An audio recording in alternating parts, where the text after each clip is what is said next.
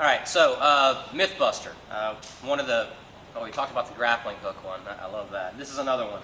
Another myth is that climbers use their gear to pull on to get up a big wall or a cliff, right? That the gear is there, they place it and then they yank on it, or they yank on the rope, whatever.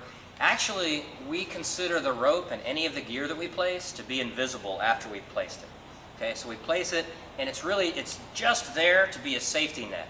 It's only there in case we fall, right? So if we don't fall, then it's as if the gear isn't there. Yes, we have to touch the rope to clip it into something. Yes, we have to touch the gear to take it off of the rack and place it into the rock features. But once we've done that, we don't think about that gear again, right? That's how it works. That's the way we do it in free climbing. Now, in fact, we'll segue into just another myth with that. Free climbing is an often misused term. Free climbing does not mean that you're climbing without a rope or without safety gear. We actually call that free soloing, okay? Just so you have a little orientation to this. Free climbing simply means that you're not pulling on the gear at all. Free climbing means that you're using gear, you're using ropes, yes, all those things, but after you place it, it's invisible and you don't pull on it to help you ascend upwards, okay? There is a style of rock climbing where you do, and that style of climbing is called aid climbing. In aid climbing, the features are too small for you to just use your hands and feet to make a physical ascent of the rock, right? So you'll place gear, sometimes very small, very sketchy gear, into the rock, and then you'll pull on that gear and then clip into it and actually hang on it with your harness. And then in the hardest forms of aid climbing, you'll actually hang there, right here, clip into it, hang on it with your harness, test it, bounce a little bit, pray a little bit, make sure that it's safe enough. It's not really safe at that point, but safe enough for you to reach up and place another one within arm's reach. And you'll see a slide of that here in a second. But that's called aid climbing. And why do we do that? Well, if you're climbing in a place that has a lot of big walls, like big wall climbing, that's what we call that. Like you go to Yosemite, once again, there's others too, but Yosemite is just my favorite. If you go out and climb these big 1,000-foot tall cliffs in Yosemite, it's very rare to find a cliff that tall that will go all free, as we call it, where you can free climb every foot of it. Chances are, if you've got something that's 3,000 feet tall, it's probably going to have sections on it that have features that aren't big enough, good enough for you as a human being to grab features and just go and make physical moves.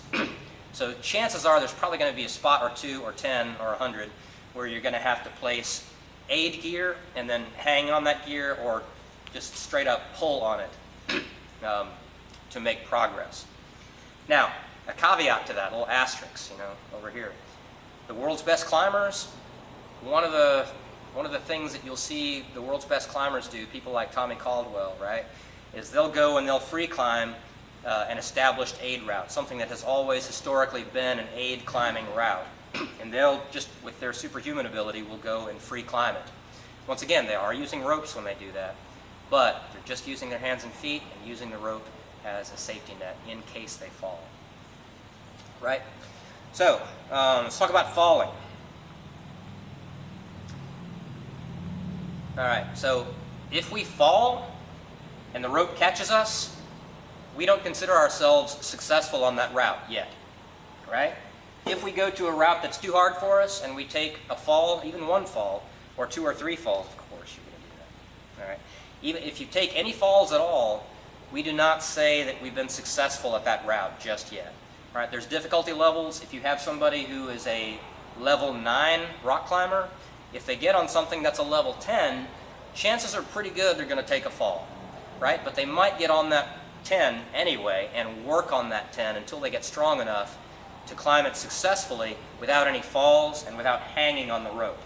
Now, when you are successful at a climb, when you have gone from the ground to the top of it without any falls and without hanging on the rope, what we say then is that you have sent the climb, right? You have been successful on it. So if Jay and I are talking about something we did over the weekend, Jay might ask me, hey, did you get on Darky? There's a climb called Darky, right? Darky the Bum Beast is the name of it. I don't know where that came from, but you have to ask Chris Chestnut. He did it first.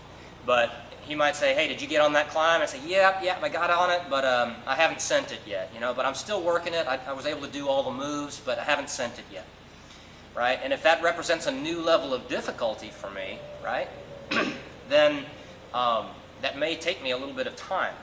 And if it's a new level of difficulty, then I wouldn't consider myself successful at that difficulty grade. Say it's a 13, right, on the scale of difficulty. If I've never done a 13 before, and that's the first 13 that I've started to work, once I send that 13, that might be my first one that makes me a 513 rock climber, a level 13 rock climber. Okay? So, one more term for you. Now, there's another term called on-site, flash, and red point. I know, if you think this is complicated, we haven't even gotten started yet, I promise. We're at the 101 level. We are.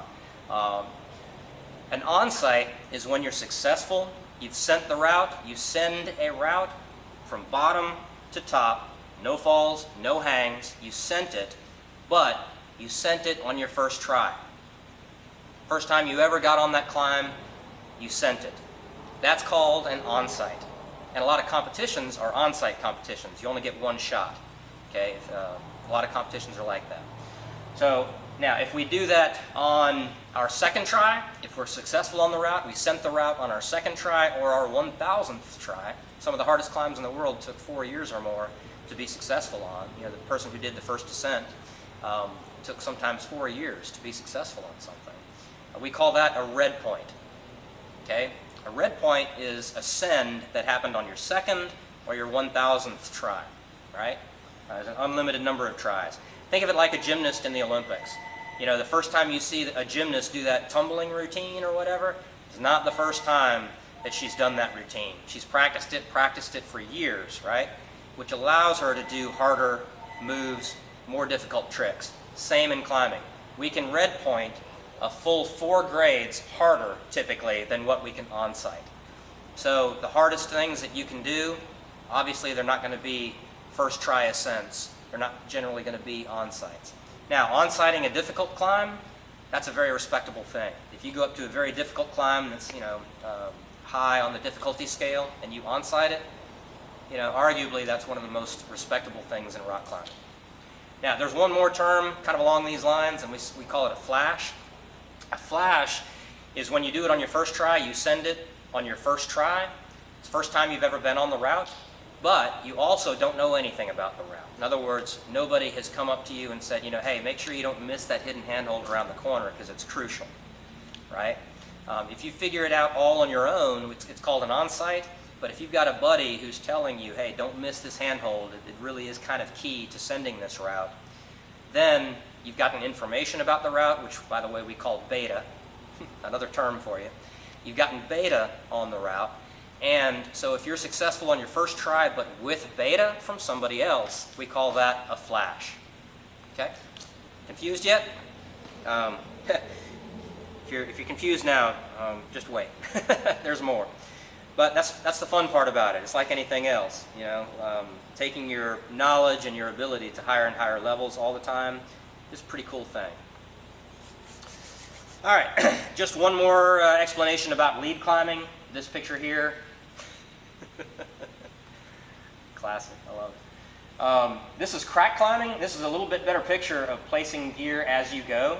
Kind of cool, right? You can really see it illustrated well on a crack. And crack climbing is a special skill. It's almost a separate skill in climbing, where you literally are just jamming your fists and your feet, right, into cracks. And you don't have anything left or right of the crack to really use in a pure crack climb, right? So, and it also takes very good gear. And a lot of people really love this style of climbing. And it's kind of a specialty skill. Right here, we see a pretty good illustration of what a lead fall looks like. We call that a whipper, right? If you take a whipper, that's a lead fall. That's a fall in lead climbing. He's on this sport route right here. Now, once again, we talked about top roping earlier. He could have gone to the top of this climb and set up an anchor on a tree up here at the top of this climb. And if that were the case and he were climbing up, the belayer is taking up slack every time he makes a move, and because his anchor is up top, if he falls, he just stretches the rope about a foot. No big deal, right? That's safe enough for your 5-year-old.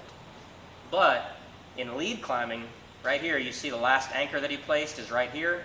He was somewhere up here when he fell off the rock, and you see him flying through the air, right? And he's in a very good fall position. He's got his hands out in front of him. He's got his feet ready to hit the rock. He's just going to hit the wall like a spider monkey, right? And just fall properly into the rock, right? Now, you might also notice he's not wearing a helmet.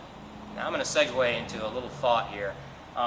Helmets are not to keep you from leading with your head and hitting the rock wall with your head. That's not the purpose of a helmet. A helmet is for rock fall. If you have rocks above you that fall, if you have climbers above you, like if you're on a multi-pitch rock climb, again, out in Yosemite or Red Rocks, Nevada, someplace, and there's climbers above you and they can kick rocks off, rain them down on your head, that's what helmets are for. You see this guy taking a fall through the air, he's not wearing a helmet. Don't think of that as reckless. That's not the purpose of a helmet. He's supposed to be good enough at falling that he's not going to flip upside down and lead with his head. Frankly, that's just ignorant. Right? Enough about that. All right, here's a little illustration of the belay person. This is one example of a type of belay device. And this is just a device that the rope is feeding through on the bottom, down here, right? You always see the climber. Love it. You always see the climber in a movie or a picture or a video because that's the fun thing to watch. The photographer is always focused on the climber, right? But if you see a rope, that means there's a belay person somewhere in this situation. And you see where this person is. The belay person is down at the base, belaying, okay? You can also belay from the top, but that's another, on multi-pitch routes, that's how you would bring your second guy up. Like when this guy gets to the ledge and it's time for him to bring his belay person up, he can anchor into the ledge and he can actually belay doing this right here from the top of the pitch or the cliff and bring his second person up and belay from the top. Like this chair that I'm sitting on over a ledge, I could belay from there, bring my second person up, and then when as the second person is coming up, the second person is taking out all the gear that I placed as I was lead climbing, and then we meet at the ledge, anchor in, give each other a high five, and you know, have some tuna, right? So, belayers, if climbing were a religion, all 10 commandments would be that your brake hand never leaves the rope. Most important thing I'll say about safety. Belaying is a skill.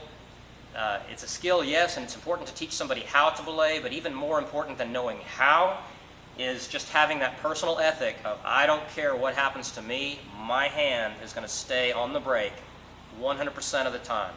Even if I'm attacked by wild dogs while I'm belaying my climber, I mean, I'm going to be fighting those dogs off with my other hand and my feet or something, right? It's having that kind of an ethic about belaying. That's really, really important.